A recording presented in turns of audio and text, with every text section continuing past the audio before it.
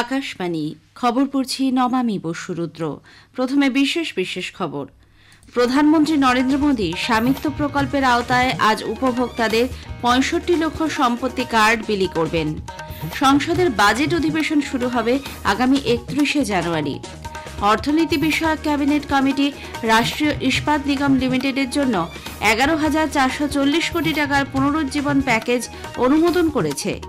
প্রতিরক্ষামন্ত্রী রাজনাথ সিং প্রতিরক্ষা এবং নিরাপত্তা ক্ষেত্রে উদ্ভূত উত্তেজনার মোকাবিলায় ভারতের আক্রমণাত্মক এবং প্রতিরোধমূলক তৎপরতা আরও শক্তিশালী করার প্রয়োজনীয়তার উপর জোর দিয়েছেন।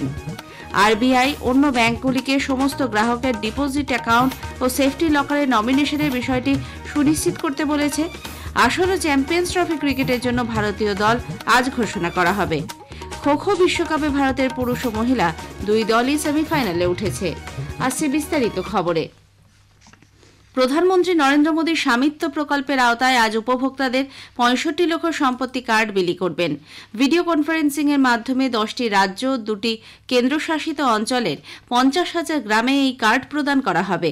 গ্রামীণ ক্ষমতায়ন ও প্রশাসনিক ইতিহাসে এই অনুষ্ঠান এক গুরুত্বপূর্ণ মাইলফলক হয়ে উঠবে বলে আশা করা হচ্ছে।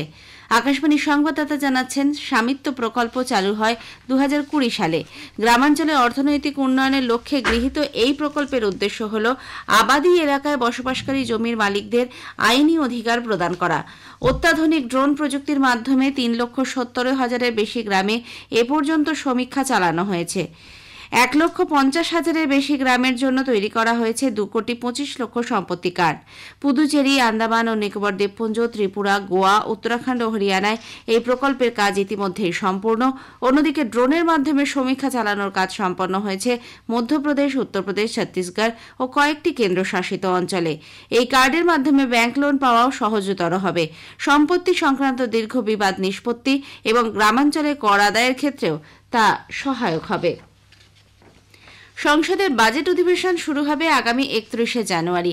রাষ্ট্রপতি দ্রৌপদী মুর্মু ওই দিন লোকসভা ও রাজ্যসভার যৌথ অধিবেশনে ভাষণ দেবেন। আগামী ১ ফেব্রুয়ারি পেশ হবে কেন্দ্রীয় বাজেট। বাজেট অধিবেশনের প্রথম পর্ব ৩১ জানুয়ারি থেকে ১৩ ফেব্রুয়ারি পর্যন্ত অনুষ্ঠিত হবে। অধিবেশনের দ্বিতীয় পর্ব চলবে ১০ মার্চ থেকে ৪ এপ্রিল পর্যন্ত। অর্থনৈতিক বিষয়ক ক্যাবিনেট কমিটি সিসিইএ রাষ্ট্রীয় ইস্পাত নিগম লিমিটেড আরআইএনএল এর জন্য ১১,৪৪০ কোটি টাকার পুনরুজ্জীবন প্যাকেজ অনুমোদন করেছে। তথ্য সম্প্রচার মন্ত্রী অশ্বিনী বৈষ্ণব নতুন দিল্লিতে সাংবাদিকদের বলেন, গতকাল মন্ত্রিসভার বৈঠকে বিষয়টি অনুমোদিত হয়। অন্ধ্রপ্রদেশে অবস্থিত আরআইএনএল দেশের ইস্পাত ক্ষেত্রে একটি গুরুত্বপূর্ণ সংস্থা। এর ফলে আরআইএনএল এর সমস্ত কর্মচারীদের পাশাপাশি সংস্থার সঙ্গে যুক্ত প্রচুর মানুষ উপকৃত হবেন। With this, all the employees of RINL as well as all the people connected with the economic activity of RINL will be immensely benefited, and Andhra Pradesh will get a major steel plant revived in the coming days. দেশের automobile ক্ষেত্রে অভূতপূর্ব উন্নয়নের সাক্ষী হচ্ছে বলে প্রধানমন্ত্রী নরেন্দ্র মোদী জানিয়েছেন। নতুন দিল্লির ভারত মণ্ডপমে গতকাল ৬ দিনব্যাপী ভারত মোবিলিটি গ্লোবাল এক্সপো ২০২৫-এর উদ্বোধন করে শ্রী মোদী বলেন, বিকশিত ভারতের যাত্রা পরিবহন ক্ষেত্রে ব্যাপক উন্নয়ন প্রত্যক্ষ করবে। দেশের অটোমোবাইল শিল্পে গত বছর বার্ষিক ১২% বৃদ্ধি পরিলক্ষিত হয়েছে। মেক ইন ইন্ডিয়া উদ্যোগের শক্তি এই শিল্পের বিকাশের সম্ভাবনাকে আরও বাড়িয়ে তুলেছে বলে প্রধানমন্ত্রী জানান। স্থানীয় কেবল অপারেটরদের রেজিস্ট্রেশন প্রক্রিয়া আরও সহজ করতে কেবল টেলিভিশন নেটওয়ার্ক বিধি ১৯৯৪ সংশোধন করে বিজ্ঞপ্তি জারি করেছে তথ্য সম্প্রচার মন্ত্রক। লোকাল কেবল অপারেটরদের নথিভুক্তিকরণ গতকাল থেকে সম্পূর্ণ অনলাইনেই হচ্ছে। মন্ত্রক জানিয়েছে, আবেদনকারীর বিশদ তথ্য সঠিকভাবে যাচাইয়ের পর তাদের শংসাপত্র দেওয়া হবে। এই শংসাপত্রের মেয়াদ ৫ বছর বৃদ্ধি করা হয়েছে। দিল্লি বিধানসভা নির্বাচনের জন্য মনোনয়ন জমা দেওয়ার সময়সীমা গতকাল শেষ হয়েছে। ১,০০০-এরও বেশি প্রার্থী মনোনয়ন জমা দিয়েছেন বলে খবর। বিজেপির শিখা রায় ও নীরাজ বসুয়া গতকাল শেষ দিনে তাঁদের প্রার্থীপদ দাখিল করেন। আম আদমি পার্টির আওয়াজ ওঝা, রাখি বিদলান এবং বন্দনা কুমারীও তাঁদের মনোনয়ন জমা দেন। আগামী সোমবার মনোনয়ন প্রত্যাহারের শেষ দিন। প্রধানমন্ত্রী নরেন্দ্র মোদী আগামীকাল আকাশবাণীতে মন কি বাত অনুষ্ঠানে দেশ বিদেশে মানুষের সঙ্গে তাঁর চিন্তাভাবনা ভাগ করে নেবেন। এটি হবে মাসিক এই বেতার অনুষ্ঠানের ১১৮তম পর্ব। অনুষ্ঠানটি সকাল ১১টা থেকে আকাশবাণী এবং দূরদর্শনের সবকটি প্রচার তরঙ্গ, এআইআর নিউজ ওয়েবসাইট এবং নিউজ অন এআইআর মোবাইল অ্যাপে সম্প্রচার করা হবে। AIR news, DD news, PMO এবং তথ্য সম্প্রচার মন্ত্রকের ইউটিউব চ্যানেলে সরাসরি তা শোনা যাবে। আকাশবাণীতে হিন্দি ভাষায় সম্প্রচারের ঠিক পরেই আঞ্চলিক ভাষায় তা সম্প্রচারিত হবে। রাত 8টায় পুনঃপ্রচারিত হবে আঞ্চলিক ভাষার তর্জমা। এই খবর আপনারা শুনছেন আকাশবাণী থেকে। আমাদের সংবাদ শোনা যাবে ইউটিউব চ্যানেল আকাশবাণী সংবাদ বাংলা, ফেসবুক ও ইনস্টাগ্রাম আকাশবাণী সংবাদ কলকাতা এবং এক্স হ্যান্ডেল AIR নিউজ কলকাতাতে। প্রতিরক্ষামন্ত্রী রাজনাথ সিং প্রতিরক্ষা এবং নিরাপত্তা ক্ষেত্রে উদ্ভূত উত্তেজনার মোকাবিলায় ভারতের আক্রমণাত্মক এবং প্রতিরোধমূলক তৎপরতা আরও শক্তিশালী করার প্রয়োজনীয়তার উপর জোর দিয়েছেন। তিনি বলেন, কোনো দেশের প্রতিরক্ষা বাহিনীতে জটিলতা সময়ের সঙ্গে সঙ্গেই বৃদ্ধি পাচ্ছে। নতুন দিল্লিতে গতকাল ইয়ার অফ ন্যাশনাল সিভিলিয়ানের বর্ষপূর্তি অনুষ্ঠানে যোগ দিয়ে শ্রী সিং বলেন, সেনাবাহিনীর ক্ষমতা ক্রমশ বাড়ছে। শত্রুর আক্রমণ এবং বিভিন্ন চ্যালেঞ্জ থেকে দেশকে রক্ষা করতে সেনাবাহিনীর দায়িত্ব পূরণে দেশপ্রেম, শৌর্য এবং নিয়মানুবর্তিতা তাদের সাহায্য করবে। সমুদ্র পথে নিরাপত্তার সঙ্গেই যুক্ত রয়েছে আর্থিক অগ্রগতিও। সেজন্য আঞ্চলিক জলসীমা রক্ষা, দিক নির্দেশনার ক্ষেত্রে স্বাধীনতা থাকার বিষয়টি সুনিশ্চিত করা এবং জলপথ নির্দিষ্ট রাখা একান্ত প্রয়োজন। প্রতিরক্ষা সচিব রাজেশ কুমার সিং গতকাল নতুন দিল্লিতে ন্যাশনাল ক্যাডেট কোর বা NCC সাধারণতন্ত্র দিবসের ক্যাম্প পরিদর্শন করেন। এক বার্তায় প্রতিরক্ষা সচিব দেশের সৃষ্টিশীল এবং তারুণ্যে ভরা কর্মশক্তিকে প্রদর্শনের জন্য বাহিনীর প্রশংসা করেন। 1 মাসব্যাপী এই ক্যাম্পে তারা যে মূল্যবোধ ও দক্ষতার পাঠ নিচ্ছেন তারও উল্লেখ করেন তিনি। আগামী দিনে এই প্রশিক্ষণ কাজে লাগবে।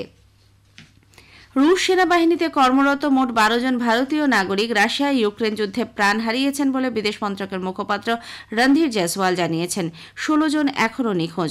নতুন দিল্লিতে গতকাল সাংবাদিকদের তিনি বলেন, ওই সংঘর্ষে কেরালার বিনীল বাবুর মৃত্যু দুর্ভাগ্যজনক এবং তা মন্ত্রক তার পরিবারের প্রতি সমবেদনা জানিয়েছে। আহত আরেক ভারতীয় নাগরিক মস্কোর একটি হাসপাতালে চিকিৎসাধীন। রুশ সেনাবাহিনীতে কর্মরত এ পর্যন্ত 96 জন ভারতীয় নাগরিক দেশে ফিরেছেন। বাংলাদেশের পরিস্থিতি নিয়ে শ্রী জয়সওয়াল বলেন, ভারত সে দেশের সঙ্গে বন্ধুত্বপূর্ণ সম্পর্ক বজায় রাখতে চায়। মার্কিন যুক্তরাষ্ট্রের নবনির্বাচিত রাষ্ট্রপতি ডোনাল্ড ট্রাম্পের শপথ গ্রহণ অনুষ্ঠানে ভারতের হয়ে ডক্টর এস জয়শঙ্কর প্রতিনিধিত্ব করবেন বলেও জানান তিনি। ভারতীয় রিজার্ভ ব্যাংক RBI অন্য ব্যাংকগুলিকে সমস্ত গ্রাহকের ডিপোজিট অ্যাকাউন্ট ও সেফটি লকারের নমিনেশনের বিষয়টি সুনিশ্চিত করতে বলেছে। RBI এর তরফে গতকাল এক বিজ্ঞপ্তিতে বলা হয়েছে, নমিনেশনের সুবিধা প্রদানের উদ্দেশ্য হল আমানতকারীর মৃত্যুর পর তাঁর পরিবারের সদস্যরা যাতে সমস্যায় না পড়েন তা সুনিশ্চিত করা। কিন্তু বহু ক্ষেত্রেই দেখা যাচ্ছে অনেক অ্যাকাউন্টে কারো নাম নমিনি হিসেবে উল্লেখ করা নেই। RBI এর পক্ষ থেকে সমস্ত ব্যাংক পর্ষদে গ্রাহক পরিষেবা কমিটিকে নমিনেশনের বিষয়টি নিয়মিত পর্যালোচনা করে দেখতে বলা হয়েছে। RBI এর দক্ষ পোর্টালে আগামী 31 মার্চ থেকে ত্রৈমাসিক ভিত্তিতে এই কাজের অগ্রগতির রিপোর্ট করতে বলা হয়েছে। এবার মহাকুম্ভের খবর।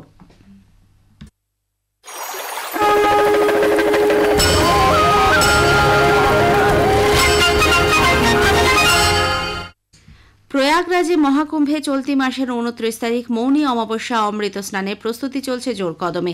8 কোটিরও বেশি পুণ্যার্থী ত্রিবেণী সঙ্গমে এদিন পবিত্র স্নান করবেন বলে মনে করা হচ্ছে। এদিকে মহাকুম্ভে পুণ্যার্থীদের আরও ভালো চিকিৎসা পরিষেবা প্রদান করতে সরকার বিশেষ ব্যবস্থা নিয়েছে। সংক্রামক রোগের চিকিৎসায় 2টি হাসপাতাল থাকছে সেখানে। কুম্ভবাণী চ্যানেলে সকাল 5:55 থেকে রাত 10:05 পর্যন্ত মহাকুম্ভের বিভিন্ন অনুষ্ঠান সম্প্রচারিত হচ্ছে। অমৃত স্নানে সরাসরি ভাষ্য সেখানে শোনা যাচ্ছে। আসন্ন চ্যাম্পিয়ন্স ট্রফি ক্রিকেটের জন্য ভারতীয় দল আজ ঘোষণা করা হবে। ভারতীয় ক্রিকেট বোর্ড BCCI জানিয়েছে, মুম্বাইয়ে দুপুরের নির্বাচক কমিটির প্রধান অজিত আগারকার চ্যাম্পিয়ন্স ট্রফি ও ইংল্যান্ডের বিরুদ্ধে 3টি একদিনের ম্যাচে সিরিজের দলও ঘোষণা করবেন। উল্লেখ্য, দুবাই ও পাকিস্তানে চ্যাম্পিয়ন্স ট্রফি শুরু হবে 19 ফেব্রুয়ারি, চলবে 9 মার্চ পর্যন্ত। খো-খো বিশ্বকাপে ভারতের পুরুষ ও মহিলা 2টি দলই সেমিফাইনালে উঠেছে। পুরুষ দলটি গতকাল নতুন দিল্লির ইন্দিরা গান্ধী ইন্ডোর স্টেডিয়ামে 140-এর ব্যবধানে শ্রীলঙ্কাকে হারিয়ে দেয়। রামজি কাশ্যপ ম্যাচের সেরা খেলোয়াড় হয়েছেন। অন্যদিকে ভারতের মেয়েরা গতকাল 109-16 ব্যবধানে বাংলাদেশকে হারিয়ে সেমিফাইনালে ওঠে। অধিনায়ক প্রিয়াঙ্কা ইংল্যান্ড নেতৃত্বাধীন ভারতীয় দল অসাধারণ খেলে দলকে জয় এনে দিয়েছে। ইন্ডিয়া ওপেন ব্যাডমিন্টন প্রতিযোগিতায় ভারতের চিরাগ শেট্টি ও সাত্বিক সাইরাজ রাঙ্কি রেড্ডি জুটি আজ পুরুষদের ডাবলসের সেমিফাইনালে তৃতীয় বাছাই মালয়েশিয়ার জুটি গোজ এফি এবং নূর ইজুদ্দিনের মুখোমুখি হবেন। নতুন দিল্লির KD যাদব স্টেডিয়ামে এই ম্যাচ হবে আজ বিকেলে। শেষ করার আগে খবরের বিশেষ কিছু অংশ আরও একবার। প্রধানমন্ত্রী স্বামিত্ব প্রকল্পের আওতায় আজ উপভোক্তাদের 65 লক্ষ সম্পত্তি কার্ড বিলি করবেন। সংসদের বাজেট অধিবেশন শুরু হবে আগামী 31 জানুয়ারি। RBI অন্য ব্যাংকগুলিকে সমস্ত গ্রাহকের ডিপোজিট অ্যাকাউন্ট সেফটি লকারের নমিনেশনের বিষয়টি সুনিশ্চিত করতে বলেছে।